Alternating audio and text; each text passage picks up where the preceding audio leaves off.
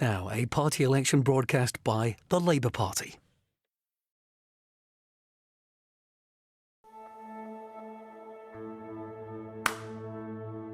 My dad was a GP, and so I've always grown up with a strong idea of the health service, the NHS, and kind of what it means to people. This is me as a young 19-year-old girl when I came to England. England was recruiting for nurses, and it's after I came here then that I realised what this beautiful NHS was.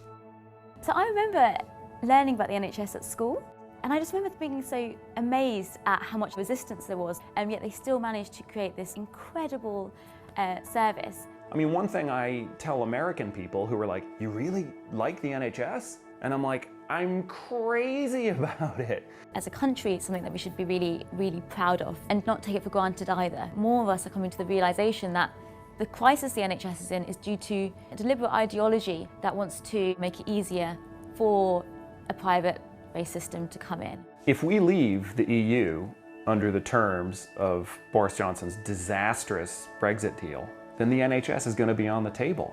Donald Trump is going to divvy it up to private pharmaceutical companies, and the NHS as we know it will be gone.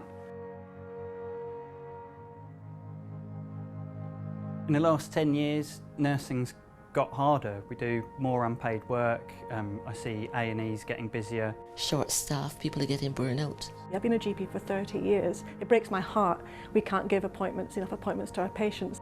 4.4 million people are now waiting for elective surgery, and that's people in pain and in fear and in discomfort.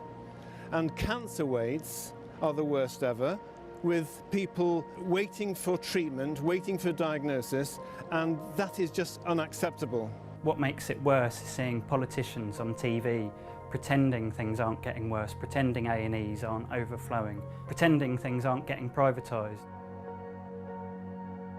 You don't want what I grew up with. 17 years ago, I was in a car accident and I got badly hurt and I had to have some surgeries. My insurance company, when I started to generate big bills, it just dropped me and I became responsible for tens of thousands of dollars in bills. And that was terrifying. Then I came over here about 5 years ago with a 3-year-old and a 1-year-old and my wife was pregnant with our son Henry. And a little before Henry's first birthday, he got sick. And we found out that it was a brain tumor. And a very bad one. And the NHS took extraordinary care of him. We didn't get the outcome that we wanted. His cancer progressed and he died. But throughout the 21 months that he was under the care of the NHS, the care that he received and that our family received was truly unbelievable.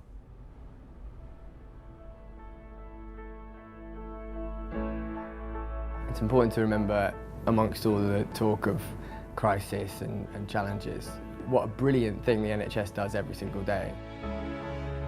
The NHS looks after people from the first to the last day of their lives. It helps people when they're at their most vulnerable, when they're suffering, and it does so regardless of your ability to pay for it. As far as I can tell, the NHS is basically the pinnacle of human achievement. That's a massive reason I support Labour. And I support Labour enthusiastically and proudly.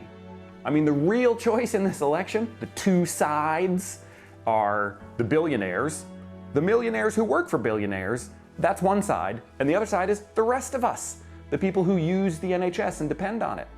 The disabled kid whose parents aren't wealthy and depends on social care, okay?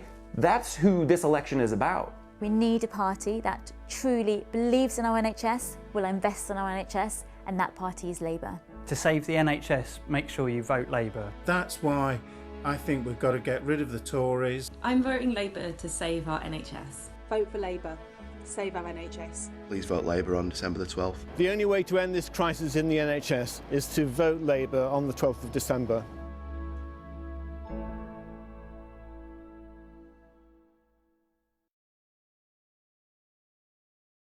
That was a party election broadcast by the Labour Party. Party election broadcasts can be viewed on BBC iPlayer.